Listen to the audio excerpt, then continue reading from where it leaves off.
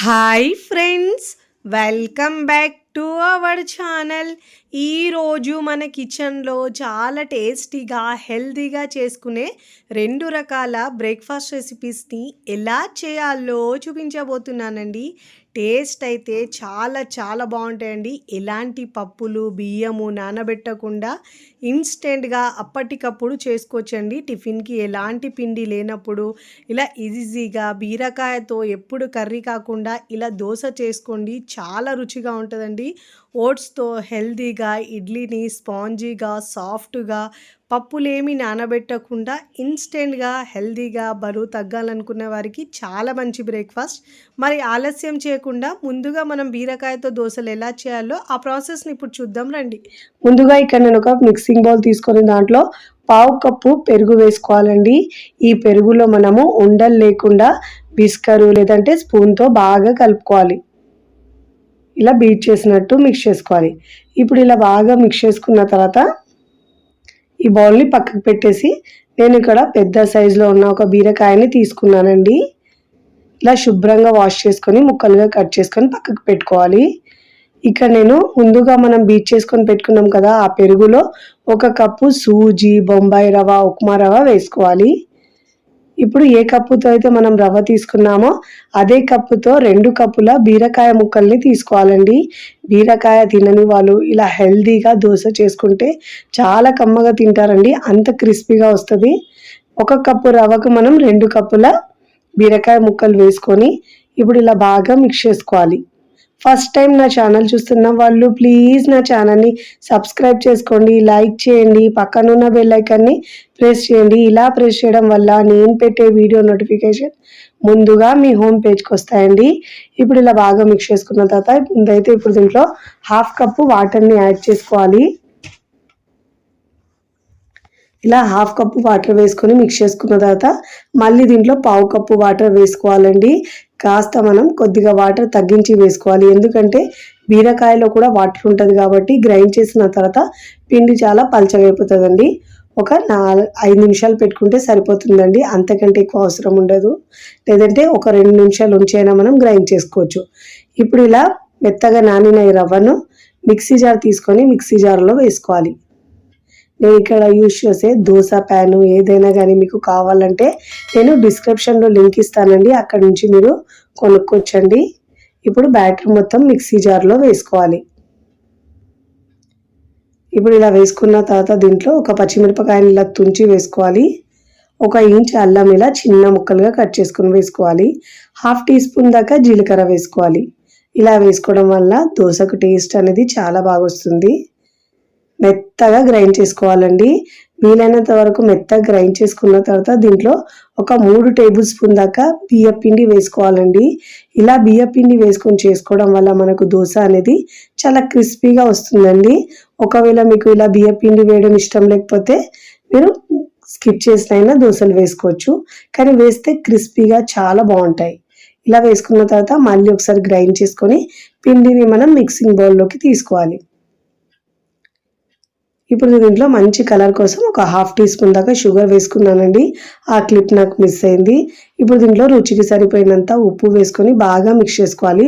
ఒకవేళ మీకు షుగర్ వేసుకోవడం ఇష్టం లేకపోతే స్కిప్ చేసినా పర్వాలేదు.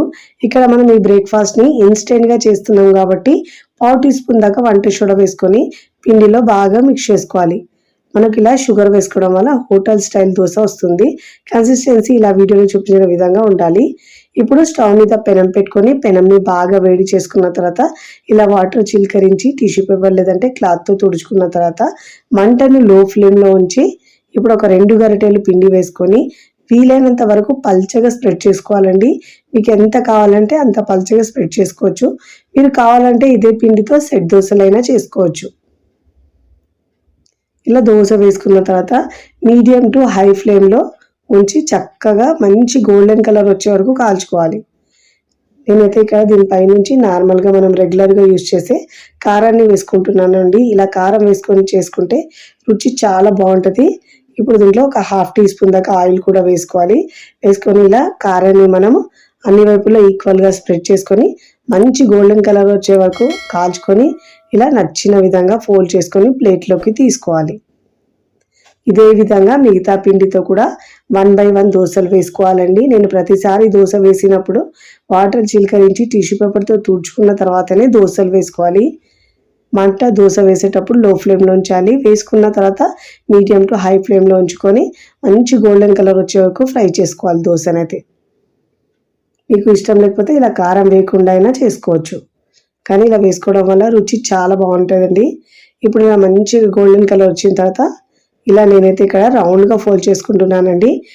మీరు నచ్చిన విధంగా ఫోల్డ్ చేసుకోవచ్చు. ఇలా దోశలు వేసుకున్న తర్వాత సర్వింగ్ ప్లేట్లోకి సర్వ్ చేసుకుంటున్నానండి. చూస్తుంటేనే ఎప్పుడెప్పుడు తినాలనిపిస్తాయండి. అంత క్రిస్పీగా చాలా బాగుంటాయి. చాలా ఈజీగా హెల్దీగా అప్పటికప్పుడు చేసుకునే ఈ దోశ మీకు నచ్చితే తప్పకుండా ట్రై చేయండి. ట్రై చేసి ఎలా కుదిరిందో కామెంట్ ద్వారా తెలియచేయండి. మీకు నచ్చిన చట్నీతో సర్వ్ చేయండి. నేనైతే ఇక్కడ గోంగూర పచ్చడితో సర్వ్ చేస్తున్నాను. రుచి అయితే సూపర్గా ఉంది. మీకు ఇక్కడ తుంచి చూపిస్తాను చూడండి ఎంత క్రిస్పీగా వచ్చిందో. బియ్యం పప్పులు వేయకపోయినా కానీ రుచి అయితే చాలా బాగుంటుందండి. ఒక్కసారి రుచి చూస్తే మళ్ళీ మళ్ళీ కావాలంటారు, అంత బాగుంటుంది. మన సెకండ్ రెసిపీ వచ్చేసి ఓట్స్తో ఇడ్లీని హెల్తీగా ఎలా చేయాలో ఆ ప్రాసెస్ని చూద్దాం రండి. ఇక్కడ నేనైతే 1 కప్పు సఫోలా ఓట్స్ తీసుకున్నానండి. అన్ని కొలతలు 1 కప్పుతోనే తీసుకోవాలండి, అప్పుడే కరెక్ట్గా వస్తాయి మనకు ఇడ్లీలు అనేవి. ఇప్పుడు 1 కప్పు ఓట్స్ తీసుకున్నాం కదండి. స్టవ్ మీద ప్యాన్ పెట్టుకొని ఈ ఓట్స్ని మనము మీడియం టు లో ఫ్లేమ్లో ఉంచి బాగా వేయించుకోవాలండి. అంటే మనకు ఓట్స్ అనేవి క్రిస్పీగా రోస్ట్ కావాలి.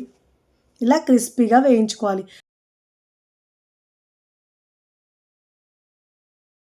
ఇలా మనం ఓట్స్ని ఇలా పట్టుకుంటే క్రిస్పీగా ఇలా క్రష్ అయ్యేటట్టు ఉండాలండి. ఇప్పుడు ఇలా బాగా వేయించుకున్న ఈ ఓట్స్ని మనము ఒక ప్లేట్లోకి తీసుకోవాలి. ఇలా ప్లేట్లో తీసుకున్న తర్వాత పూర్తిగా చల్లారించుకోవాలండి. చాలా చాలా టేస్టీగా ఉంటాయండి. ఇడ్లీలు ఇష్టం లేని వాళ్ళు కూడా ఇలా చేసి పెడితే చాలా ఇష్టంగా తింటారండి. రుచికి రుచి, ఆరోగ్యానికి ఆరోగ్యం అండి, అంత బాగుంటాయి. ఇప్పుడు ఇదే ప్యాన్లో మనము ఏ కప్పుతో అయితే ఓట్స్ తీసుకున్నామో అదే కప్పుతో 1/2 కప్పు ఇక్కడ నేను గోధుమ రవ్వ తీసుకున్నానండి. కాస్త లావుగంట చూడండి ఆ రవ్వ తీసుకోవాలండి. సన్న రవ్వ అయినా తీసుకోవచ్చు. ఇక్కడ మీరు దీని ప్లేస్లో గోధుమ రవ్వ కాకుండా మీరు ఉప్మా రవ్వ అయినా తీసుకోవచ్చండి. నేనైతే ఇక్కడ హెల్తీగా చేయడానికి గోధుమ రవ్వ తీసుకుంటున్నాను. గోధుమ రవ్వ ఇష్టం లేని వాళ్ళు ఉప్మా రవ్వ అయినా తీసుకోవచ్చు. ఇలా బాగా వేయించుకొని దీన్ని కూడా ప్లేట్లోకి తీసుకొని పక్కకు పెట్టుకోవాలండి. ఇప్పుడు మిక్సీ జార్ తీసుకొని ముందుగా చల్లారిన ఓట్స్ని మిక్సీ జార్లో వేసుకొని మరీ మెత్తగా కాకుండా రవ్వ రవ్వలాగా గ్రైండ్ చేసుకోవాలండి. పల్స్ ఇస్తూ గ్రైండ్ చేసుకోవాలి. ఇలా బరకగా గ్రైండ్ చేసుకున్న ఈ ఓట్స్ని మనం ఒక మిక్సింగ్ బౌల్లోకి వేసుకోవాలండి. చాలా టేస్టీగా ఉంటాయండి. ఇడ్లీలు అయితే చాలా ఈజీగా ఇన్స్టెంట్గా అప్పటికప్పుడు చేసుకోవచ్చండి. టిఫిన్కి ఎలాంటి పిండి లేనప్పుడు అప్పటికప్పుడు ఇలా ఈజీగా చేసుకోవచ్చు. హెల్దీ రెసిపీ అండి. ఇప్పుడు ఇదే మిక్సీ జార్లో మనము ఈ గోధుమ రవ్వను కూడా వేసుకోవాలండి.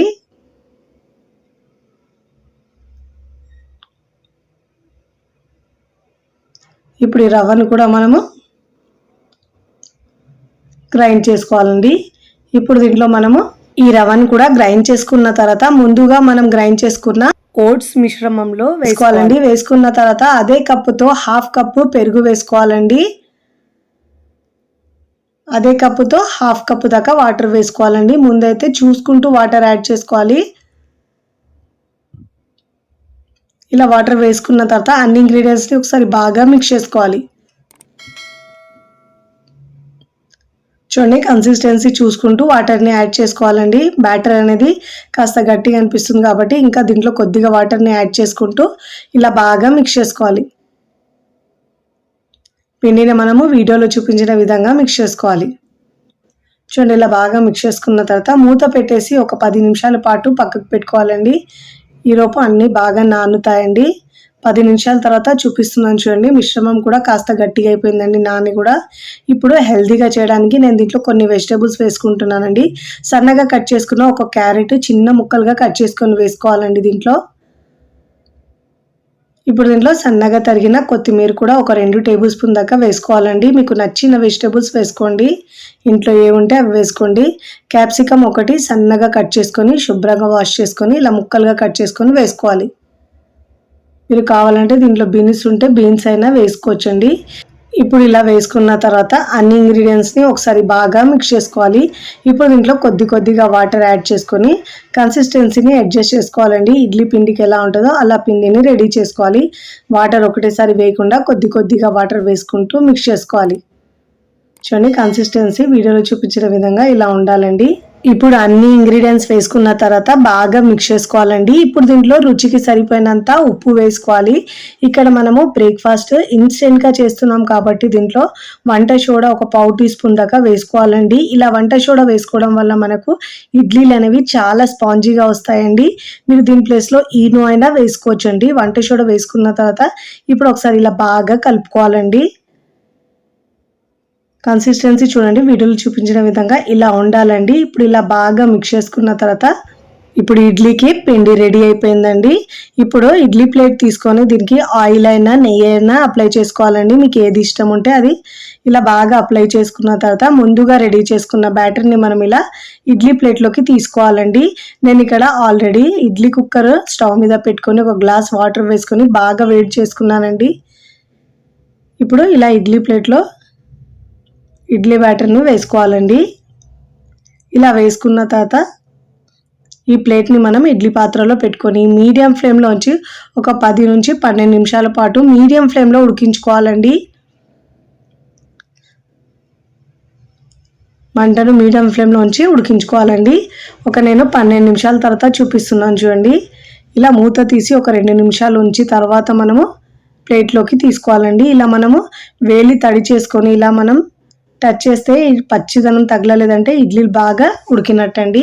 తడి తగలలేదంటే ఇప్పుడు ఇలా 1 by 1 కాస్త చల్లారిన తర్వాత ఇడ్లీలను మనం ఈజీగా డిమోల్డ్ చేసుకోవచ్చండి. చూడండి ఎంత బాగా వచ్చినాయి, ఎంత స్పాంజీగా సాఫ్ట్గా చాలా బాగుంటాయి. ఇప్పుడు సర్వింగ్ ప్లేట్లోకి సర్వ్ చేసుకున్నామండి. చూస్తుంటేనే ఎప్పుడెప్పుడు తినాలనిపిస్తుంది. అంత హెల్తీగా టేస్టీగా ఉండే ఈ ఇన్స్టెంట్ ఇడ్లీ మీకు నచ్చితే తప్పకుండా ట్రై చేయండి. ట్రై చేసి ఎలా కుదిరిందో కామెంట్ ద్వారా తెలియచేయండి. ఒక్కసారి రుచి చూస్తే మళ్ళీ కావాలంటారండి. మార్నింగ్ బ్రేక్ఫాస్ట్లోకి, నైట్ డిన్నర్లోకి చేసుకోవచ్చండి. తుంచి చూపిస్తాను చూడండి ఎంత స్పాంజీగా వచ్చిందో. బరువు తగ్గాలనుకున్న వారు, డయాబెటీస్ ఉన్న వాళ్ళు ఇలా హెల్తీగా చేసుకుని కమ్మగా తినేయచ్చండి. మీకు నచ్చిన చట్నీతో సర్వ్ చేసుకోవచ్చండి. నేనైతే టమాటో కర్రీ పచ్చడితో సర్వ్ చేస్తున్నానండి. వీడియో నచ్చితే లైక్ చేయండి, ఫ్రెండ్స్ ఫ్యామిలీకి షేర్ చేయండి. మరికొన్ని టేస్టీ సింపుల్ క్విక్ రెసిపీస్ కోసం టీ కిచెన్ని సబ్స్క్రైబ్ చేసుకోండి. కమెంట్ చేయడం అస్సలు మరవకండి. Thanks for watching.